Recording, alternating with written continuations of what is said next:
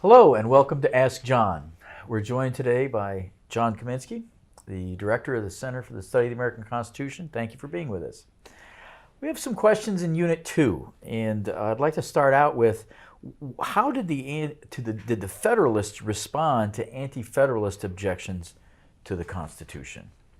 That's kind of a global question. Yes, well, I would say there were objections to every single clause of the Constitution.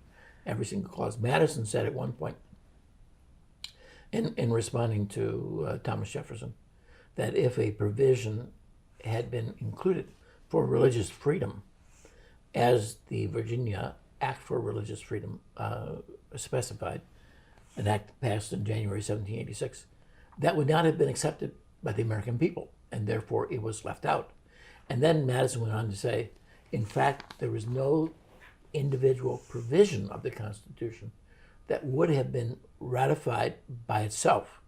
And so it was the combination, the accumulation of many compromises and provisions that one state might favor and that state might object to other provisions. It was that accumulation of powers represented in this particular document that the Americans would accept. But every single provision of the Constitution had someone who opposed it. And that included not just Anti-Federalists, it included Federalists. And so Washington objected to different parts of the Constitution.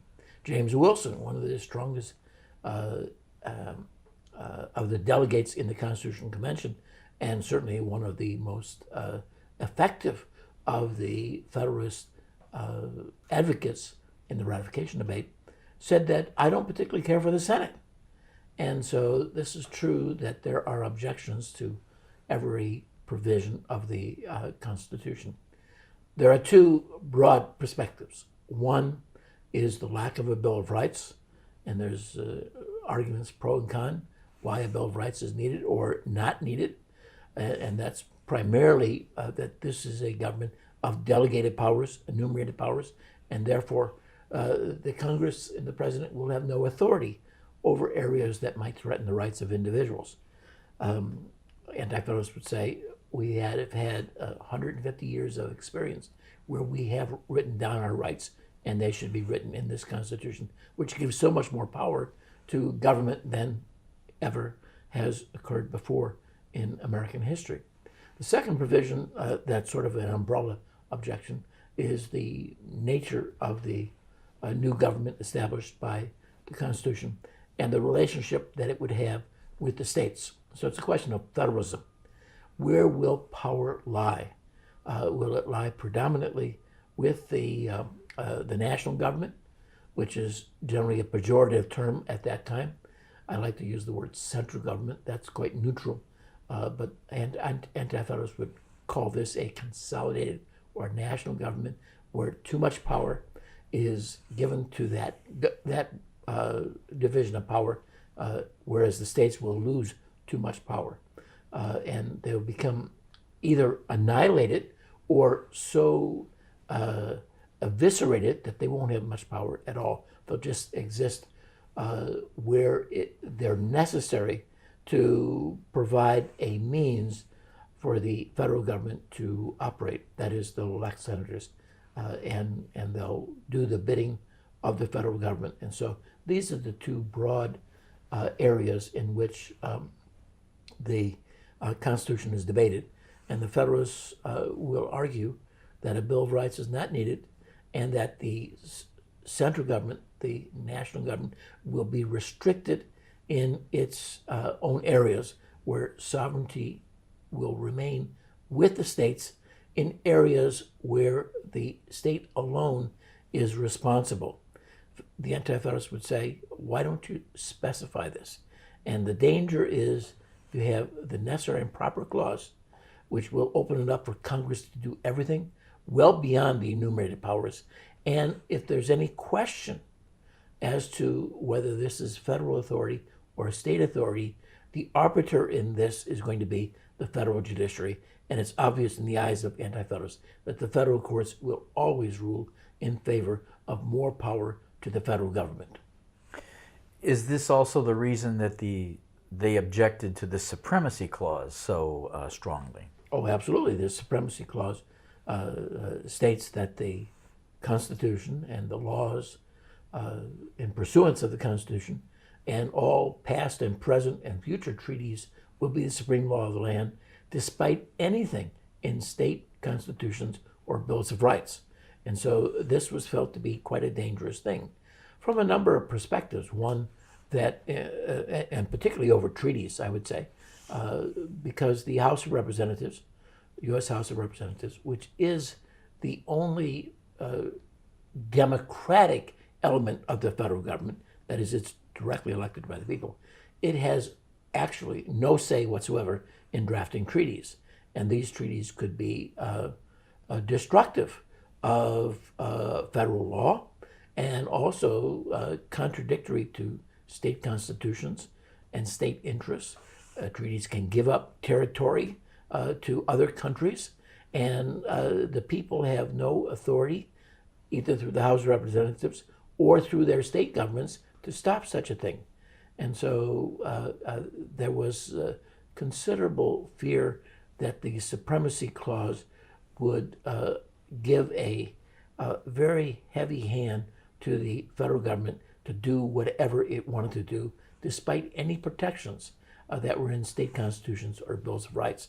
It's interesting to say one of the arguments that the Federalists used to justify the lack of a Bill of Rights was that the states had bills of rights, and that was all that was necessary. Well, the Supremacy Clause obliterated the value of bills of rights when it came to questions of power, sharing power between the federal government and the state governments. It would always seemingly rule in favor of the federal government. Let's switch to representation. What has the impact been on our system when there's equal representation in the Senate? Well, the Senate was established because the small states felt endangered if we had proportional representation in both houses of Congress. It was felt that there should be a bicameral Congress. 11 of the 13 states had bicameral state legislatures. Only Pennsylvania and Georgia did not. And it seemed as if bicameral legislatures worked better than a unicameral legislature did. And so the Articles of Confederation had only a unicameral Congress, and it seemed not to work as well as might be expected with a bicameral legislature. So there was virtually no opposition to a bicameral legislature. So then the question was, how would each house be elected? And that's where small states feared if both houses would be proportionally represented. And so it was decided in the Great Compromise in the Constitutional Convention that the Senate would have equal state representation, and it was felt 2 senators would be the right number that should compose the Senate. And in fact, the other thing was that the Senate would vote per capita. That is, each senator would vote alone rather than voting as a delegation with only one vote. And so this created, in essence, a federal republic as opposed to a democracy. Democracy was not a favorable term at that time. It was felt to be too unstable.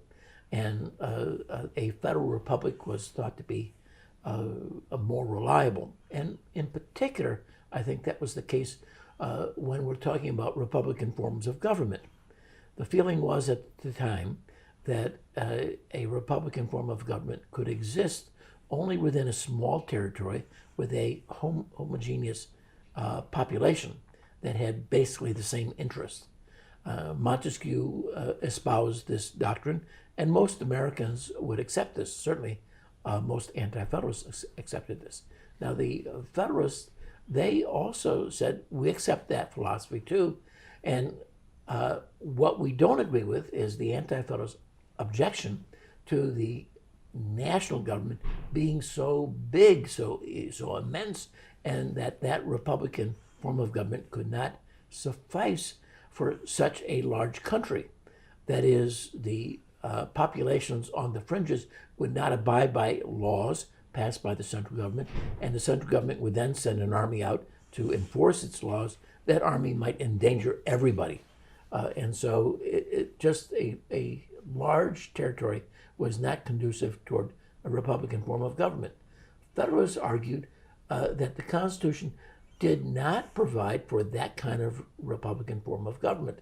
That is, the republics that were established under the Constitution would be the states, and that they would exercise most authority, and so the states would be federal republics, and that they could be increased ad infinitum. Not just 13, but there could be 20 or 30, who knows, maybe even 50 states could be established, and you would still have this concept of a small republic, a federal republic, and in which laws could be administered and enforced much more reasonably than in a large republic. And so there was the sense that this kind of Republican government would be acceptable, and the Senate was going to be a reflection of those states, those individual federal republics, that they should have a representation in this new system. And so what you have is, even though you have a small state like Rhode Island or Delaware, small geographically, small in population, they would get an equal representation, same as Virginia, which was quite large, and North Carolina, fairly large geographically, and growing in population.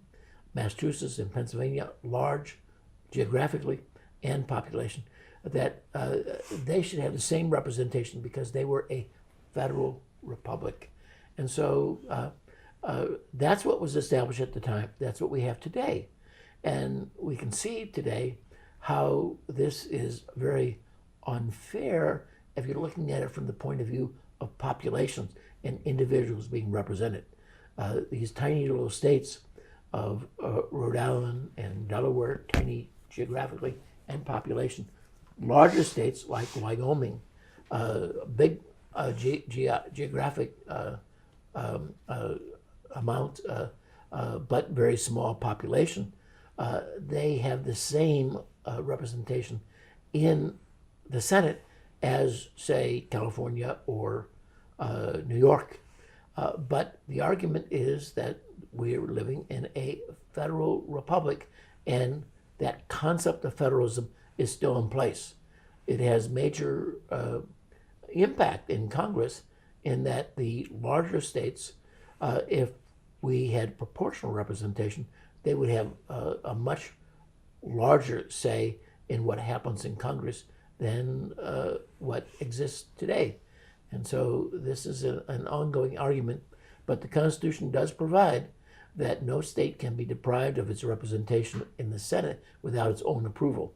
So it would be pretty hard to change that provision, and it would take, in essence, a constitutional amendment. It is interesting, I think, to see what the Supreme Court has said about this. I often ask this question: if the Supreme Court, ruling in several cases, Baker versus Carr, for instance, being one of them, I believe that was 1973, that state senates... It was in the 60s, I think. Okay, 1963, I believe it was, yes. But state senates were unconstitutional if they were based upon geography, that they should be based upon population. The idea was one man, one vote here.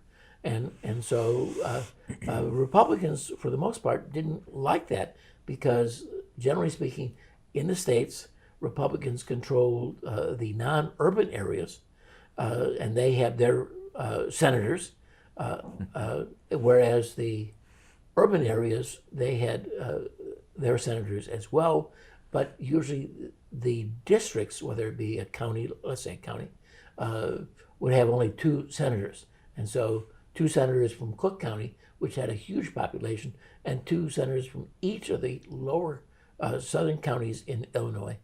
each would have two. It was very unfair from a population point of view. So the Supreme Court ruled that was unconstitutional. So my question is often, why didn't that apply to the U.S. Senate? Why is the Senate not unconstitutional?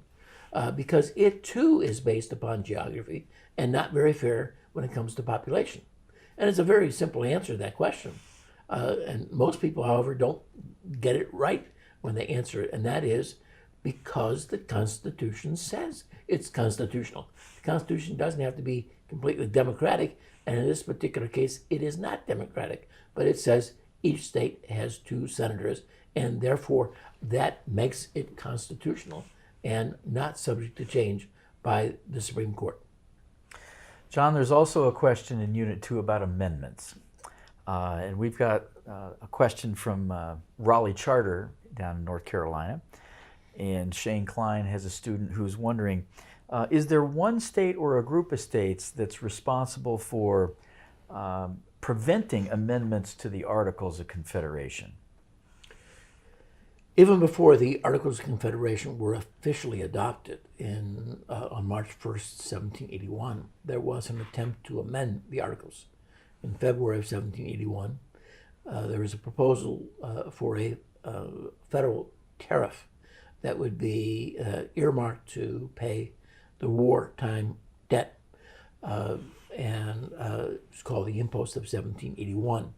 And it would allow a federal tariff of 5% ad valorem, that is 5% across the board on all imported goods, and the money accruing to Congress, and they would use that to pay off the wartime debt.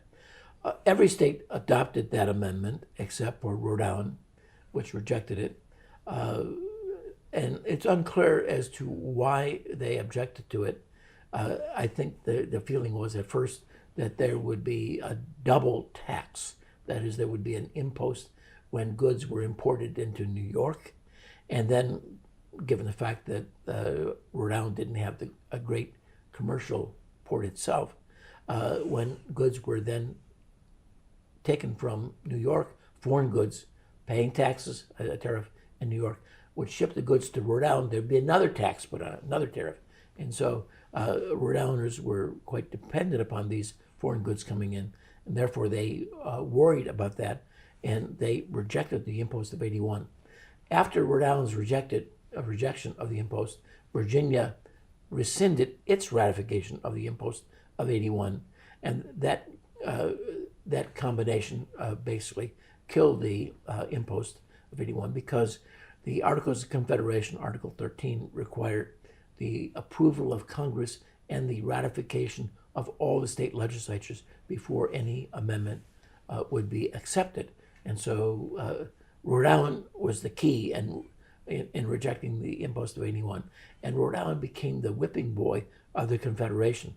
Everyone blamed the failure of the Impost of 81 on Rhode Island. And throughout the next 5, 6, 7 years, Rhode Island was to blame for all the problems that occurred under the Articles of Confederation because it killed the Impost of 81. Then the Impost of 83 came along in April of 1783.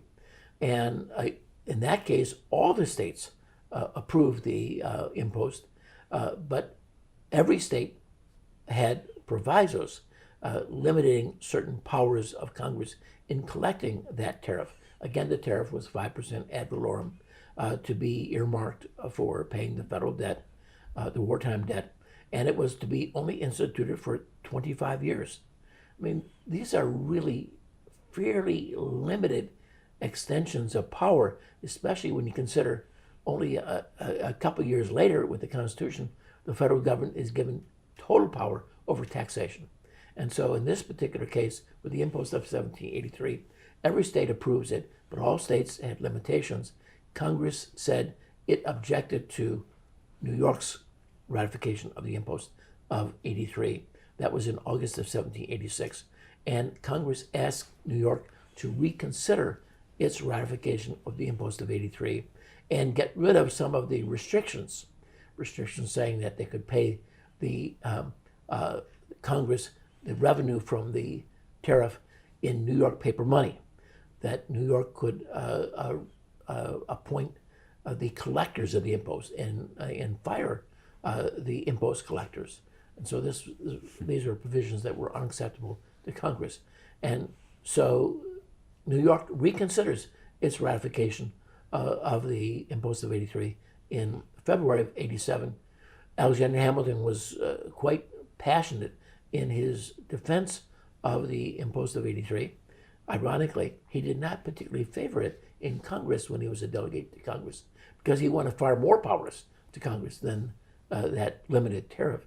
But he was unsuccessful in the Assembly in February 1787.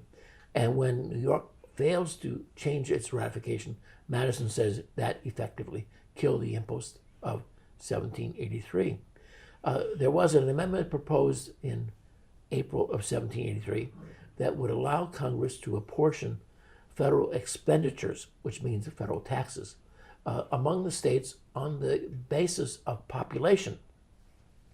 Under the original Articles of Confederation, when that was being debated, that provision was there to apportion taxes on the basis of population. It failed in that drafting stage because they couldn't agree on how slaves would be counted for this. And so the final version of the Articles provides that federal expenses are to be apportioned among the states on the basis of land values. Well, that doesn't work out. Many of the states don't send in their land values, and those who do send in their land values underestimate the value of their lands, so they get lower taxes requisitioned upon them.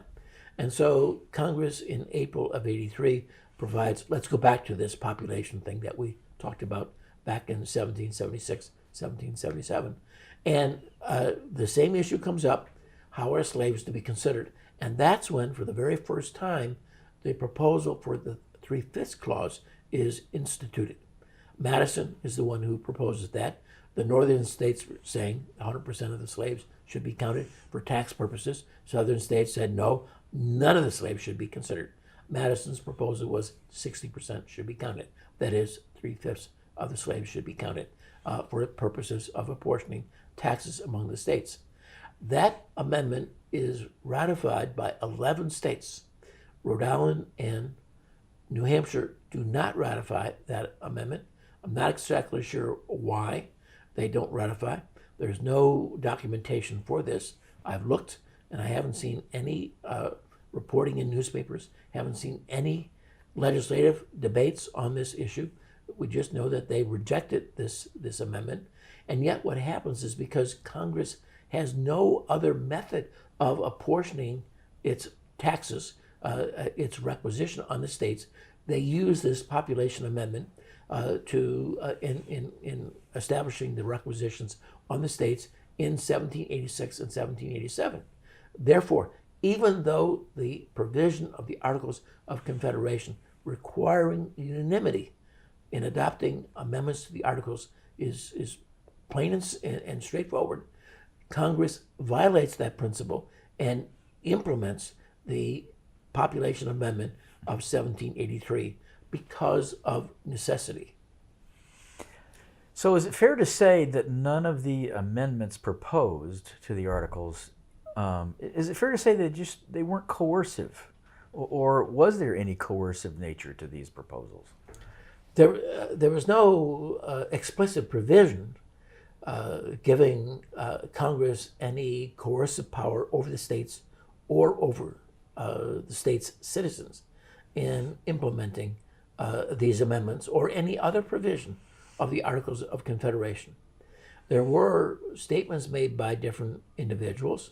Madison, for instance, was on a committee in 1781 that said that there are implied powers of the Constitution, of the Articles, and the Articles could do, the Congress can do a lot of things that weren't specified, even though Article 2 of the Articles of Confederation said that Congress was limited to those powers that were expressly delegated. Yet Madison and the committee that he was on said, well, we can go beyond that.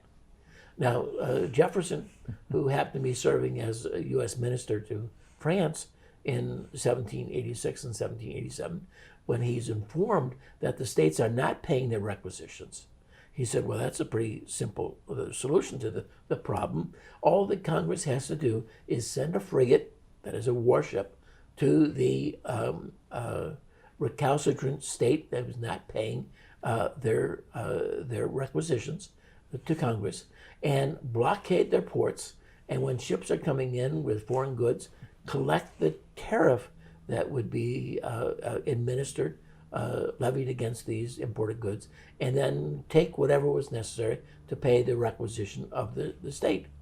And so it was a pretty simple thing in Jefferson's eye. This was under the law of nations. Nations had the authority to do this kind of thing, had the coercive power over their subordinate governments and individuals. The problem was that Jefferson did not realize that in 1785, Congress had sold its last frigate. There was no U.S. Navy to send to blockade any port. And so Congress had absolutely no provision to have coercive power over the states or over individuals. Certainly, the states feared this, and they saw, and people within the states saw, that the state governments were their buffer, protecting them from Congress and from any oppressive power emanating out of Congress. It's interesting to see when Congress proposed the impost of 1783, and it looked as if it was going to be adopted. The states saw that the rights of their citizens were endangered because with an impost, with a federal tariff, there would be collectors, there would be courts, federal courts for these customs duties.